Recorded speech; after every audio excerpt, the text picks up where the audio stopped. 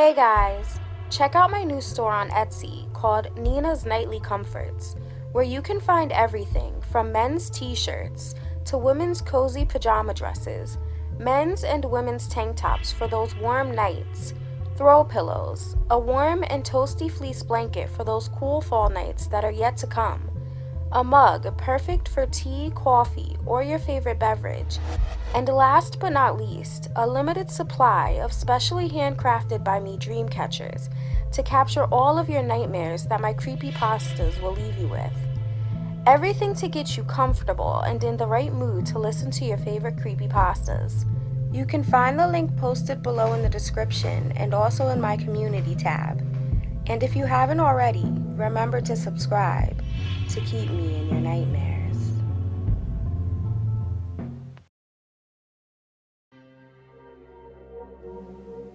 Good morning, Mr. Daniels. Tommy Lincoln greets me with a fist bump as he climbs up the bus stairs early Monday morning. Good morning, bud. How was your weekend? It was pretty good. Me and my family went to the movies. I'm a little tired today, though, he says, wiping a piece of crust from the corner of his eye. I let out a chuckle as he walks past me and finds an empty seat. Then I wave goodbye to the other kids who are either standing or waiting in vehicles with their parents at the bus stop before driving away. Since Tommy's sitting right behind me now, I continue our conversation. So what movie did you go see? The new Spider-Man, he answers excitedly. Oh, I keep seeing a bunch of commercials on TV for that. So how was it? It was awesome, just like the last one, he replies with a huge grin. Then he goes on to tell me more about the movie and what else he did over the rest of the weekend. After picking up a few more kids, I turn on the radio and glance in the rearview mirror, watching in delight as the kids' faces start to light up. Hey, thanks, Mr. Daniels, a girl named Haley O'Connor yells from the back of the bus. No problem, I shout back. Being a school bus driver, you have to have infinite patience, and I've been one for going on 20 years now. I've driven a lot of different kids over all these years, some loud and obnoxious, others quiet and obedient, and some just downright annoying. But no matter what, I always try to be more of a friend to them than just another grown-up telling them what to do. And for the most part, I usually succeed in doing so. I've had the same exact bus route for the last 3 years now, so I've been most of these kids' driver ever since the 5th grade. And the crew that I drive now are pretty good kids. I try my best to take the time to get to know a little bit about each and every one of them. I think that's very important. And I feel like me and the kids get along pretty well. I find it kind of funny how they always tell me how cool I am and how I'm not like all of the other boring bus drivers that they've had. I believe that they just think I'm cool because I play music for them every morning and afternoon. But the reason I do it is because I know that they enjoy it, and I feel like in the mornings it wakes them up a little. Plus, I like listening to music too, especially when I'm driving. I mean, who doesn't? I might not like their type of music. It all just sounds like a bunch of jibber-jabber to me. I can never understand what's being said. But at the end of the day, music is still music all the same. And as long as it keeps them entertained so that no one causes any trouble, that's all I can really hope for. Just as I turn the corner onto the street where the middle school is located, a song starts to play that all of the kids absolutely love. I'm not sure what it's called. All I know is that it's sung. Or are they rapping? Honestly, I don't know which one, because it sounds like he does both of those in this song. But anyways, it's by a guy named Drake. I turn up the volume as the kids start to sing along.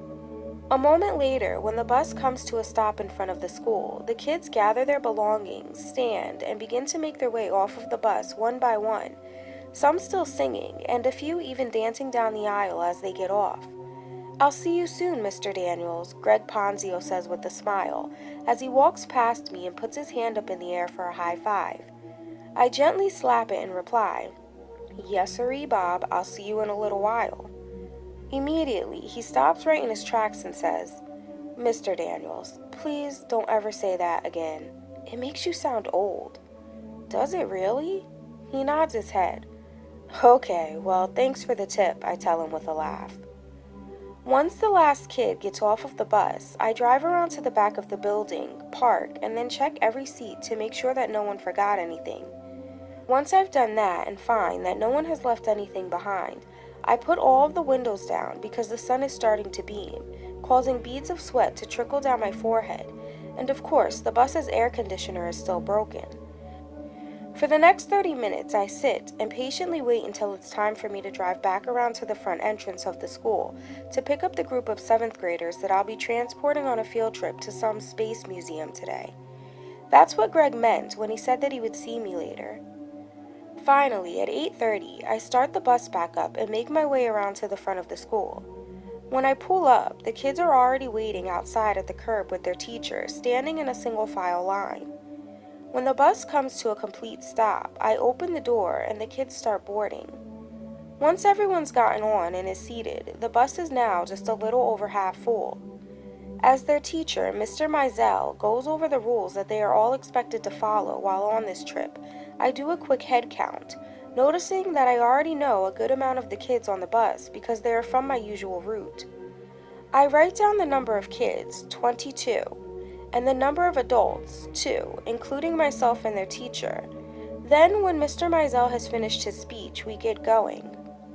The museum is about a 2-hour drive away, and as we make the journey, I play music for the kids, just like I always do. But they're all too busy laughing and talking because they're so excited about the trip that I don't even think they realize that the radio's on. Finally, we pull up in front of the museum and the bus stops with a jerk. As Mr. Mizell stands and begins talking, going over the rules one last time, I look around at all of the kids' faces and I can tell that they are just itching to get off the bus. I wonder what's got them so excited. I mean, in my opinion, museums aren't really all that fun. They're kind of boring, even for an old man like me. But after thinking about it for another moment, I begin to understand what it is. Not having to sit in a classroom and do actual schoolwork all day is probably what's really got them so worked up. Yeah, that must be it. Mr. Mizell finally gives me the go-ahead to open the doors, and once I do, the kids go rushing off and separate into their groups that they've been assigned to. "Have a great time," I shout after them before closing the doors. Then I find the section of the parking lot reserved for buses, park, and lock up the bus before making my way inside the museum. I spend the day walking around, checking out all of the different exhibits, just doing my own thing while I'm waiting for the field trip to end. I run into some of the kids a few times during the morning, and then I take my lunch break at noon and head to the food court to grab a few slices of pizza and a Coke. Then at 3:30, I head back to the bus because the field trip ends at 4. I asked all of the kids to leave their windows open a crack before they got off of the bus, so I go through and put them all of the way down now, then start up the bus and drive around to the front of the museum to wait. At 4 o'clock on the dot, the kids come walking out of the museum along with Mr. Mizell, and they board the bus. It's so loud and chaotic, I can barely hear myself think. The kids are full of excitement, laughing and yelling back and forth at one another about what a blast they had today. Mr. Mizell has to ask them numerous times to settle down and be quiet so that we can get an accurate head count. After a few minutes, they finally calm down enough so that I can do the head count, and then we get going. But after only driving a few miles down the road, some of the boys start complaining that they've got to go to the bathroom. Come on, really, guys? I specifically told everyone to make sure that they went before we left the museum, exactly for this reason. We have no time to stop anywhere, or we'll be late getting back, Mr. Mizell complains. Then he glances down at his watch and adds, "Actually, we're already going to be a little late." I interrupt. "I could just pull over up here along the side of the road. That's how we used to do it back in the good old days." One of the kids, Greg Ponzio, the same boy from my usual bus route, butts in. "Mr. Daniels, remember how I told you this morning to never say 'yes sirree, Bob' again because it makes you sound really old?" "Yeah, I remember." "Well, add 'back in the good old days' to that list too," he tells me with a smile. "I'll make sure to do that." Just then, Mr. Mizell asks, "Are you allowed to do that? I mean, pull the bus over on the side of the road?" Well, technically no, but I didn't use the bathroom before I left the museum either, so I've got to go too. And unlike all of these kids, I can wait. But I don't want them getting any ideas in the meantime. Mr. Mizell looks at me confused, obviously not understanding what I meant by that comment. So I continue in a whisper, like deciding to just whip it out and go right there in the back of the bus. A disgusted look crosses Mr. Mizell's face. It's never happened to me before, but I've heard some outrageous stories from other drivers, and you wouldn't believe what kind of trouble some of these kids are capable of causing. Alright then, go ahead and pull over, he tells me. So I pull the bus over to the side of the road a little ways up ahead. Then Mr. Mizell stands and tells the kids, "Some of you said that you needed to use the bathroom, and I'm not sure how far the next place to stop is. So if you still have to go and don't mind going in some bushes, then you can follow Mr. Daniels here off the bus." A couple of the boys quickly stand up and start making their way to the front of the bus. "Is that all?" I ask. When nobody else stands, I lead the way off of the bus, with them following close behind, while Mr. Mizell stays back on the bus with the rest of the kids. As soon as I step off of the bus, I immediately get a bad feeling, like something just isn't quite right. And even though it's just now getting dusk, when we enter the woods, it seems to now be much darker than it should be. We all separate and each find a spot to do our business. That way we have a little bit of privacy. But that feeling of something not being right only intensifies as each second passes, so I try to do my business as quickly as possible. A minute later, we all reconvene at the bus door, then get back on the bus, and I'm just about to drive off when Mr. Mizell suggests doing another head count.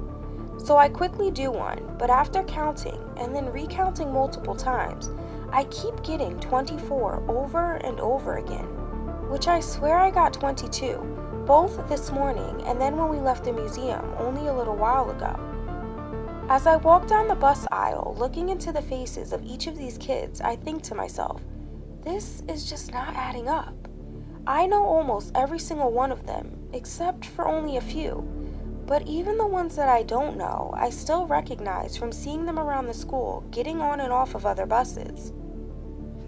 "I think we're all ready to go," Mr. Mizell says, as I start walking back up toward the front of the bus. "No, I don't think so. Something isn't right. Did you do a head count?"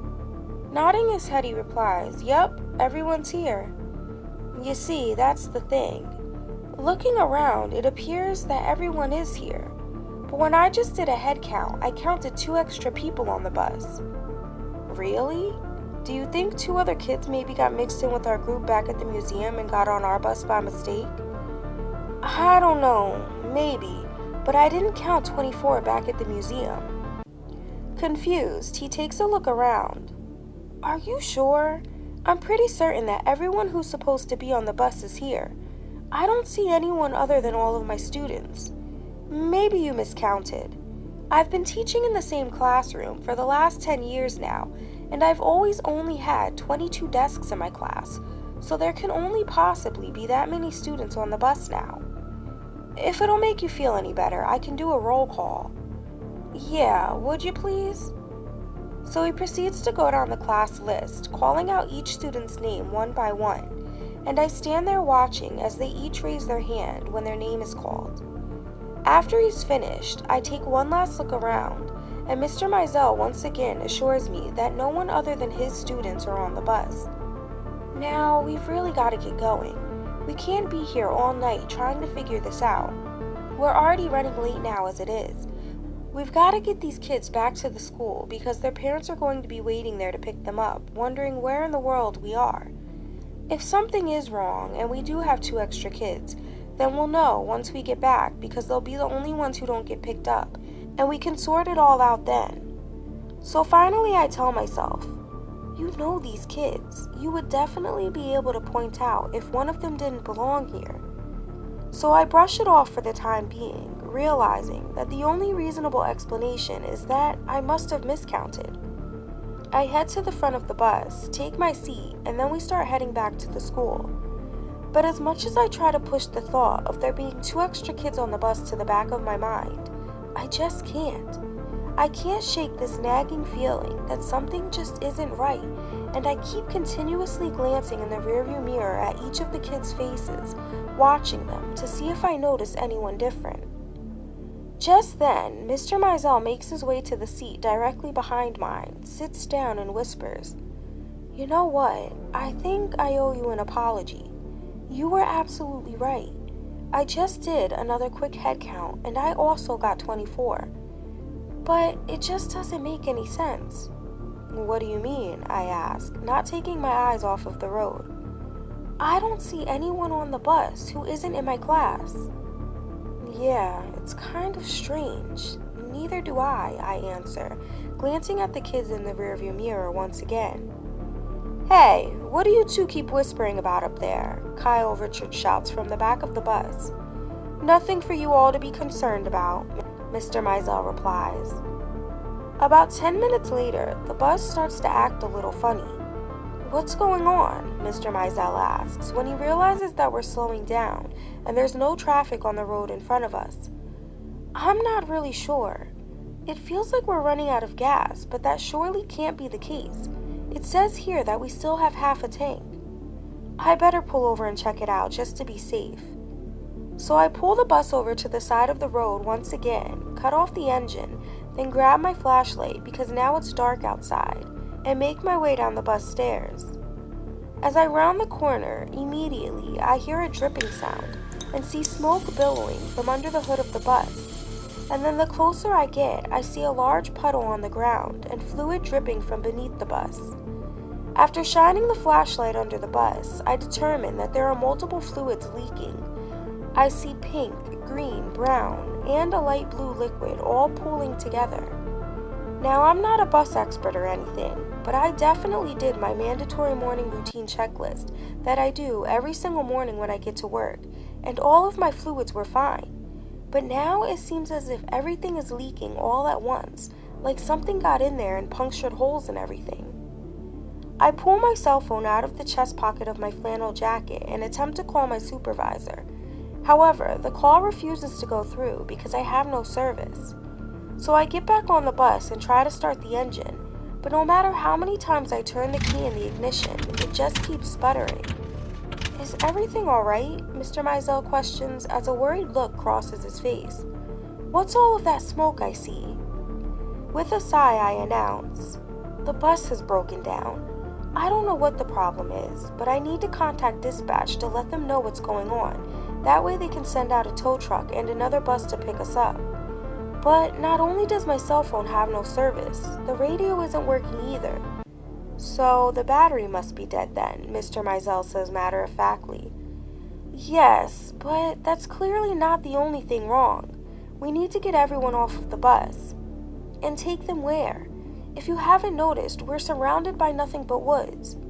"Of course I've noticed, but what other choice do we have? I don't know when help is coming, and when I just went out there, I saw liquids dripping from under the bus, and the engine is smoking. So what are you going to tell these kids' parents if this bus catches on fire with all of them still on it? Plus, with the kids off of the bus, it'll give us the chance to get a better look at them all, and then maybe we can finally determine who's here that shouldn't be." "Yeah, I guess you're right," he answers, then gets up from his seat and tells the students, "All right, everyone listen up. We're all getting off of the bus." The kids start huffing and puffing, clearly annoyed with the situation. Then they grab their belongings, make their way off of the bus, and form a single file line along the side of the road. As I watch Mr. Mizell approach the front of the bus, leaning down inspecting the fluids coming from beneath it, I hear one of the kids ask, "Hey, wait a minute, where did Greg go? He was just here." That comment immediately diverts Mr. Mizell's attention away from the bus and he spins around. "Greg? Greg!" When he receives no response, he shouts his name a little louder, and I can hear a hint of worry in his voice. "Gregory Ponzio, this is no time for jokes. You better come out right now or I'll be awarding you with detention, young man." Knowing these kids like I do, everyone knows what a jokester Greg is. He loves to play pranks just like this all the time. His friends, teachers, you name it. I've even heard he's gotten away with playing some pretty good ones on his parents too. But like Mr. Mizell just said, this really isn't the time or place for jokes. Maybe he snuck back onto the bus, I suggest, then get back on to take a look. But after searching each and every one of the seats and still not finding him, we all begin to go into panic mode. Do you think we accidentally left him behind back there when we stopped to let some of the kids get off the bus to go to the bathroom? Mr. Mizell asks, obviously feeling guilty. No. Remember, we did a head count right after that, and that's when we realized that there were 2 extra kids on the bus. Plus, like Megan said, he was just here, and I know I saw him get off the bus. Everyone who has a cell phone with them makes several attempts to call for help, but nobody has any service. The area where we broke down is surrounded by nothing but woods and tall trees. And like I already said when we stopped to go to the bathroom, there's something about these woods that's giving me a good old-fashioned case of the heebie-jeebies. Their pitch blackness. It feels like every tree and bush I see has something lurking behind it, just waiting to pop out at any second, which is giving me a really horrible feeling in the pit of my stomach. As I stare up and down the road in the hopes of spotting some headlights coming toward us, my heart sinks when all I see is nothing but darkness in both directions. Then I turn around and tell Mr. Mizell, I'm going to walk a little ways down the road to see if maybe I can get a signal. I really don't think that's such a good idea.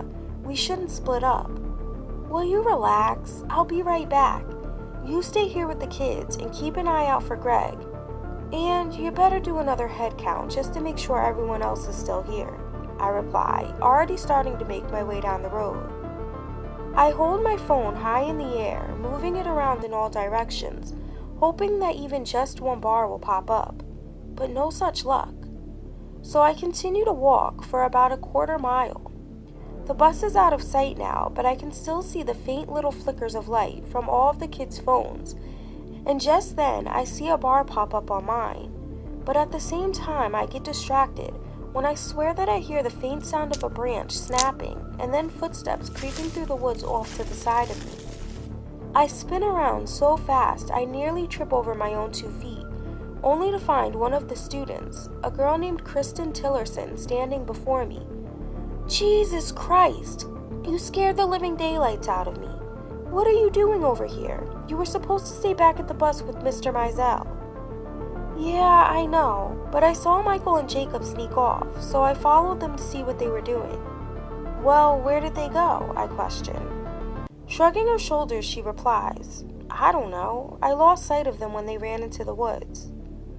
Alright, just stay here with me for now, and then we can walk back to the bus together. I check one more time for a signal, but now the bar that I thought I saw pop up is no longer there. Did you get a signal, Mr. Daniels? No, not yet, Kristen. But I'm going to get you back to the bus before Mr. Mizell sees that you're gone and starts to worry. And hopefully we'll come across Michael and Jacob along the way. Come on, I tell her, turning around and heading back in the direction that I just came from. As we make our way back up the road, I tell her, Hey, you're pretty brave. What do you mean? I mean, adventuring out here all alone in the dark with no flashlight.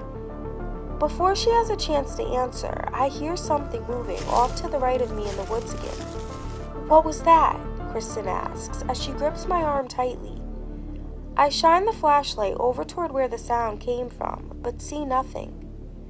Oh, I'm sure it's nothing to worry about. Probably just a wild animal. She nods her head in agreement, but the look in her eyes tells me that she doesn't believe that's what it really was. Then just as we start walking again, I hear the sound once more. It sounds like someone or something is traipsing through the woods, but every time that Kristen and I stop walking, the footsteps in the woods stop too. Hey, maybe it's Michael and Jacob. Come on, let's go check, she says, pulling me in that direction. Wait, hold on a second. Is this the way that you saw them go? Nodding her head, she replies, I think so. When we hear the sound again, I slowly shine my light through the woods and tell Kristen to stay behind me, just in case it's actually a bear or wolf and it comes charging at us. But after standing there for a minute, calling their names and getting no answer, we start walking back to the bus again. Just as I see the bus come into view, I catch sight of Michael and Jacob making their way through the woods, heading back to the bus as well. We catch up with them just as they make it to the road. You guys know better than to walk off like that. Greg's already missing. Why would you two do such a thing? Mr. Mizell is probably having a conniption right now. Sorry, Mr. Daniels. We just wanted to help, so we went searching for Greg, Jacob replies. Well, that's very kind of you boys, but you didn't need to do that. Sorry, Jacob mumbles, apologizing once again. I look over at Michael, who is just standing there, staring straight ahead. He seems out of it. We all start walking together, and just as we approach the bus, I notice a few specks of blood on the sleeve of Jacob's sweatshirt. Hey, are you alright? What happened to you? He stares at me confused, so I point and say, Your arm. There's blood on your sleeve. He lifts it to take a look. Oh, I must have scratched myself on a branch or something. Yeah, I'm fine. When we reach the bus, Mr. Mizell is beside himself with relief when he sees that Jacob, Michael, and Kristen are all with me. Oh, thank God you found them. When I just did the head count and saw that another 4 students went missing, I almost had a panic attack. Yeah, they were with me. But wait, what do you mean 4? I only have 3 of them. With a look of shock on his face, he stares from Jacob to Michael and then to Kristen and says, Well, I'm not quite sure who else is missing. I've gone over my class list a dozen times already and just can't figure it out. We ask all of the students if any of them happen to see someone else sneak away, but they all say no, that they didn't. After being outside of the bus for hours, searching for Greg and the other missing student, and waiting for a car to pass by to ask for help, the kids start whining and complaining that they are all getting cold. Some have sweaters or hoodies, but then others are only wearing t-shirts, and despite the weather being sunny and warm earlier in the day, now it has gotten quite chilly. I think it's safe if we get back on the bus now. Are you sure? Mr. Mizell asks. Yeah, I think so. The bus stopped smoking and no cars have driven by for hours. Who knows when the next one will? But we should have been back at the school hours ago. Don't you think someone has called the police and they're out searching for us right now? I sure hope so, but who knows? It could be another couple of hours for the police to actually find us after contacting the museum and finding out that we left already. So until someone shows up, I think we better get these kids back on the bus to keep them safe and warm. Alright, everyone, let's go. Come on, get up. I know you're all tired, so you'll be glad to hear that we're getting back on the bus. The kids hurry and start piling back onto the bus. Then once we're all inside and I close the door, I suggest that Mr. Mizell do another head count. So he does, and then a moment later he turns to me with a strange look on his face. What's wrong? Don't tell me there's another missing. He shakes his head.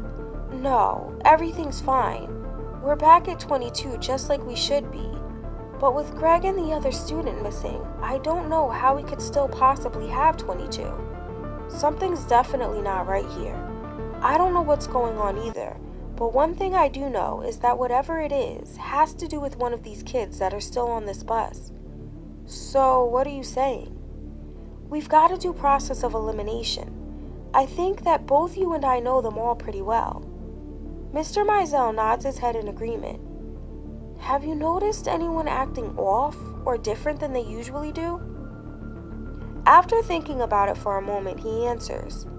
Jacob has been a little more quiet than usual ever since he got back on the bus after going into the woods with you to go to the bathroom. Well, to be honest, out of all of the kids, I don't know him very well, or his friend Michael. And what about that girl sitting in the back in the pink sweatshirt? I only know her name. Have you noticed her acting weird today? Ashley? No, she's been her usual self. But hold on a minute. You said Jacob and his friend Michael? Yeah. When I found them earlier, they were walking through the woods, and Kristen told me that she saw them sneak off together. You see, now that's strange to me. How so? Because as far as I know, those two are mortal enemies. Jacob's been sent to the office numerous times already just this school year for teasing and bullying Michael. I glanced back at the two of them. I could have sworn that they had been sitting together only moments ago, but now they are each in different seats. And another thing I just remembered, Mr. Mizell adds. Today, when the bus first broke down and you got off to go check it out, I saw Michael trade a snack that he had to one of the other kids. Okay, what's so weird about that? He traded a Rice Krispie treat for a Snickers candy bar, and I know for a fact he's allergic to peanuts. He only managed to take one bite before I hurried over and snatched it out of his hands. But ever since then, I've been a nervous wreck, worrying that he would have an allergic reaction. But he seems to be perfectly fine. And when he took a bite of it, he didn't even seem to be the least bit worried at all. So it has to be him then. But what exactly are we accusing him of? By the look on his face, I can tell a thought crosses his mind, but one that he can't say aloud. He leans forward and whispers, extremely low in my ear, making sure that none of the kids can hear him. I don't know, but it could be a case of child trafficking. I saw on the news that it's at an all-time high right now, and I heard before that they have other little kids lure them away because it's easier. They're more trustworthy. Do you really think that's what it is? It's just a guess. Honestly, I don't know for sure what's going on here. What do you think it is?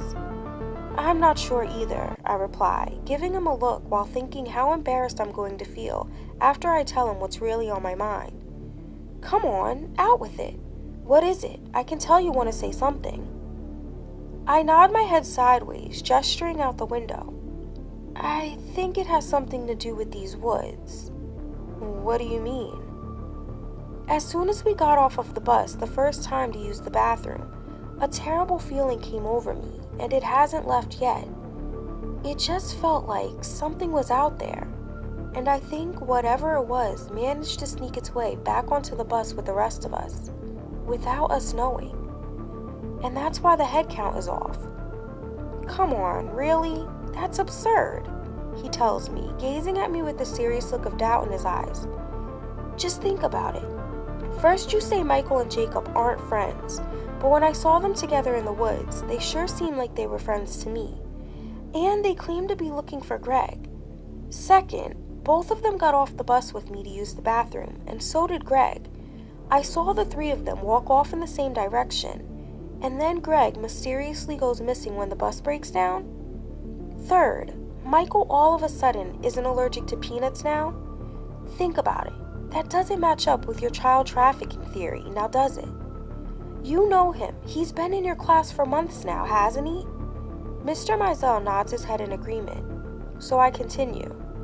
And I don't know anyone who gets over an allergy that quickly. I have a friend who has a seafood allergy, and he's had it ever since he was a kid. Now look at him back there. He doesn't even have a rash, swelling, nothing. He probably would have eaten that whole candy bar if you hadn't stopped him, because whatever that thing is didn't know that about him. Only you did. It was probably only eating the candy bar to blend in with the rest of the kids. A look of concern comes over Mr. Mizell's face as he starts to realize that maybe I'm right. And another thing, I hadn't realized it until now, but doesn't that hat Michael is wearing look a lot like the one that Greg had on today? Mr. Mizell nonchalantly glances back at him. Holy shit, there's been so much going on that I didn't even notice. Oh my god, so what do you think he did to Greg? Shh, stay calm. We don't want to let them know that we have any idea what's going on. Well, I don't know what in the hell's going on. Will you calm down? And one last thing. When I ran into Michael and Jacob earlier tonight when they came walking out of the woods, there was blood on the sleeve of Jacob's sweatshirt. Blood? Do you think it was Greg's? I don't know. I sure hope not, but it's definitely a possibility. So wait, are you saying that the two of them are working together? Either that, or Michael is the one in charge. But either way, I know that Michael doesn't belong on my bus with the rest of us. I get up from my seat and start walking toward the back of the bus where he's sitting. Wait, what are you doing? Mr. Mizell calls after me, but I don't respond. When I reach the seat that Michael's sitting in, I can tell he knows I'm there, but he doesn't even turn to acknowledge my presence. He just continues to lean up against the fog-covered window, pretending to be peering outside. Annoyed, knowing that this thing is trying to avoid me and harm more kids on my bus, but I won't let it, I lunge forward, grab him by the hood of his sweatshirt, and begin dragging him to the front of the bus. "Mr. Daniels, what's going on? What are you doing?" some of the other kids shout at me. "This boy is an imposter. I don't know who he really is, but it isn't Michael," I scream as I open the bus doors and shove him down the stairs. He falls to the ground, hitting the pavement with a loud thud. "Hey, what's your problem, man?" he asks me as he gets back up. When he tries to come back onto the bus, I pull out my Swiss Army pocket knife that I always keep with me for emergencies, push him again, and begin waving it wildly through the air at him as he stumbles backwards. Once he catches his balance, he starts to take another step toward me, so I lunge at him and tackle him to the ground. Now I'm sitting on top of his chest, holding my knife to his throat, screaming, "There's no way in hell you're getting back on my bus." As I sit there contemplating whether or not to slit this imposter's throat, he starts crying. "Please, Mr. Daniels, I don't know what's going on, but please stop, you're scaring me." "I thought you were allergic to peanuts," I shout at him. Instantly knowing what I'm referring to, he wipes some snot from his nose and answers, "I am. I only pretended to take a bite of that candy bar because Jacob was being really nice to me today for once. I was just trying to fit in with the other kids, and when Alex asked me to trade snacks with him, I knew if I refused and told everyone I was allergic to peanuts, that Jacob would probably start making fun of me again." Just then, I hear a voice ring out from behind me and see Greg crawl out from under the bus. "Mr. Daniels, what is wrong with you? Have you lost your mind?" he asks as he stares at me holding the knife to Michael's throat. Completely dumbfounded, I'm sure he sees me staring at him like I've just seen a ghost, because in my mind he was already dead, or at least taken by something. So confused and angry, I shout, "Where in the hell have you been?" "Wait, you're one of them too, aren't you?" I question, moving the knife from Michael's neck and now pointing it at Greg. "Hey, I don't even know what's going on here. I was just trying to play a prank on you guys. I wanted you all to think that I went missing, so I snuck under the bus when we got off and I saw that no one was looking. I planned on staying there until help came, but then I saw you putting a knife to Michael's throat." I turn and glance over my shoulder at Jacob, who is glaring at us through his window, paying very close attention to what's going on. When Mr. Mizell sees me looking at him, he tells me, "It's not Michael. It's gotta be Jacob. Like Michael just said, he was being a little too nice today. And what's with the blood on his sweatshirt? He told you that he scratched himself in the woods, but as far as I can see, he doesn't have a single scratch on him." Completely ashamed, I begin to apologize to Michael and then reach out my hand to help him up. Distraught by what I've just done to this innocent boy, I can't even look him in the eye while I apologize, knowing that I must have traumatized him for life. That's when suddenly Mr. Mizell storms onto the bus, walks to Jacob's seat, then grabs him and drags him outside. I rush over to confront him, but the strange thing is that while I'm standing there talking to him, accusing him of all these things, he suddenly doesn't look like Jacob anymore, at least not to me. And that's when everything becomes so clear. I think back to when we all got back on the bus after stopping to go to the bathroom, and how I counted 2 extra people when I did the head count. Now I finally know why. I start screaming at Greg, Michael, and Mr. Mizell, "Get back on the bus! This thing, it followed us and is pretending to be one of the kids in the class. This isn't really Jacob. It's trying to deceive us all." As they all go racing up the bus steps, I dart after them toward the doors, and that's when whatever this thing is reveals its true form to me. The more suspicious I was of it, the hold that it had over me slowly started to fade. That's why when I figured everything out, I started to see that it didn't look so much like Jacob anymore. It had all just been a facade. I was seeing what it wanted me and everyone else to see this entire time. It blended in with the other students, pretending to be one of them, and then when they got them alone, they killed them and took their place. But what I'm looking into the eyes of right now is more terrifying than anything I could ever imagine. "What in the heck is that thing?" Kristen screams from her bus window as all of her classmates' shrieks echo around her. I stare over my shoulder in utter disbelief at this creature's dark greenish, almost gray and lizard-like skin, the brown spines protruding from its back, and its 6 thrashing tentacles that make a skittering sound every time they move, causing a tingle to run down my spine. Its body looks exactly like that of a small child, and its head is egg-shaped with 3 black almond-shaped eyes. I know exactly what I'm looking at, but I can't even begin to comprehend what I'm seeing right now, because the truth is just way too surreal, bizarre, and terrifying to believe. I didn't think that aliens truly existed. As I continue to stand there, staring in shock, the creature stretches its massively long tentacles, and before I can make it back onto the bus, it wraps them so tightly around my body that I can't even breathe. As I gasp for air, it opens its mouth so wide, and just as I'm struggling, squirming, and trying to pull away, it bites down and takes a chunk right out of my left shoulder. I cry out in agonizing pain as I hear dozens of terrified screams coming from inside the bus. That's when I see Mr. Mizell come darting off the bus towards me and start viciously slashing at the creature's tentacles with my Swiss Army knife. I must have dropped it during the struggle without realizing. Finally, it loosens its grip on me enough that I can get away, and then I race up the bus steps and am just about to close the doors behind me when Mr. Mizell slams right into them, scaring both me and the kids half to death. I quickly drag him up the bus steps, then slam the doors closed once again, and press my body up against them so that the creature can't get onto the bus. "Put up your windows! Everyone, put up all of the windows right now! I know you're all scared, but please, we've got to all try to stay quiet." The kids all hurry to put up the windows as the creature bangs at them with its tentacles, trying to make its way inside. What happens next causes the hair on the back of my neck to stand up. I watch in horror as it smashes right through one of the windows, reaches its long tentacles inside, and grabs one of the students right out of their seat. Then it begins sinking its powerful jaws into their flesh. I can hear the sound of bones cracking as blood splatters everywhere. The bus erupts in ear-splitting screams so loud I swear the rest of the windows are about to shatter.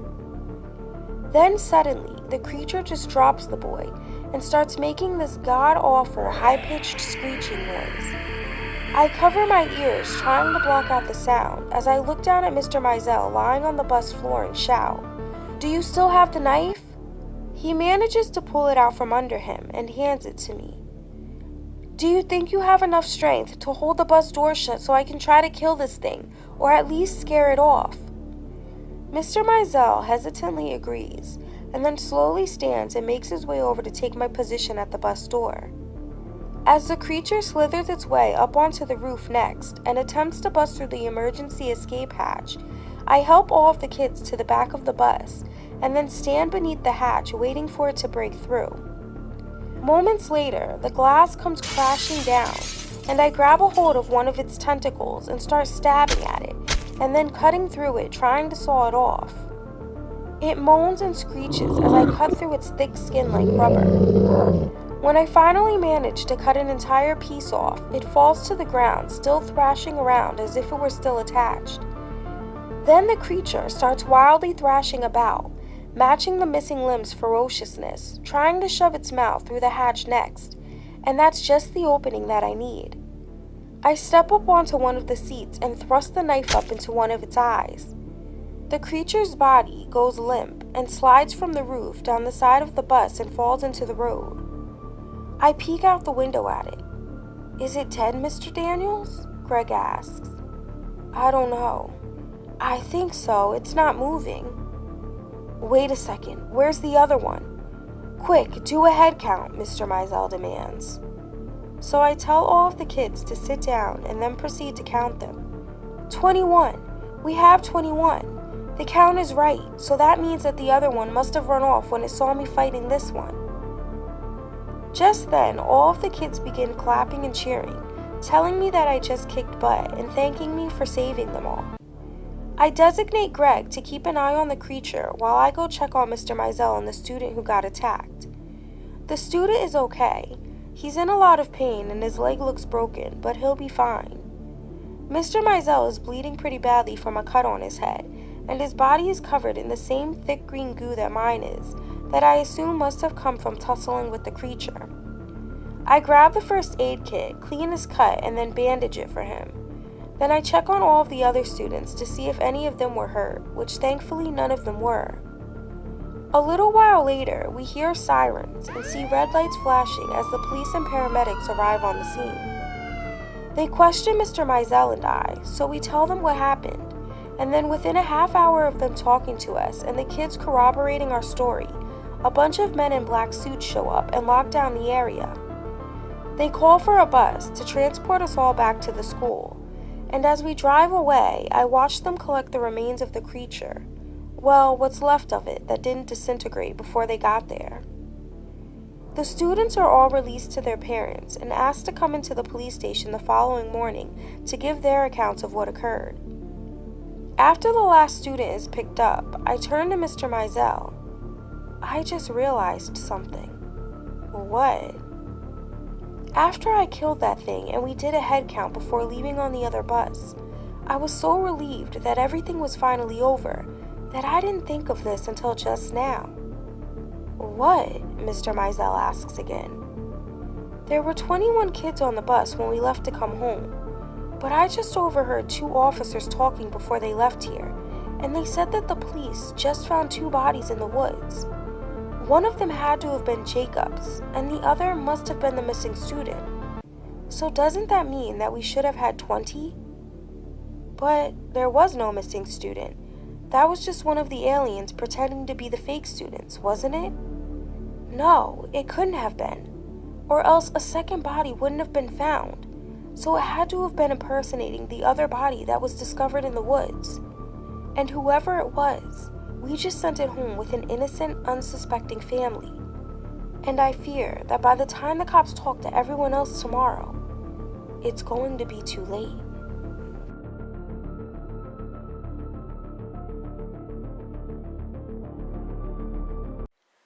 I want to give a special shout out to Prima Epperson and MJ Skinner for purchasing some of the merch to support the channel. Thanks so much, guys. And stay tuned for a new video coming soon.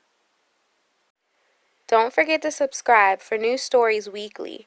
See you next time on Nina's Nightmares. Really? You're supposed to click the like button, not me. Ugh.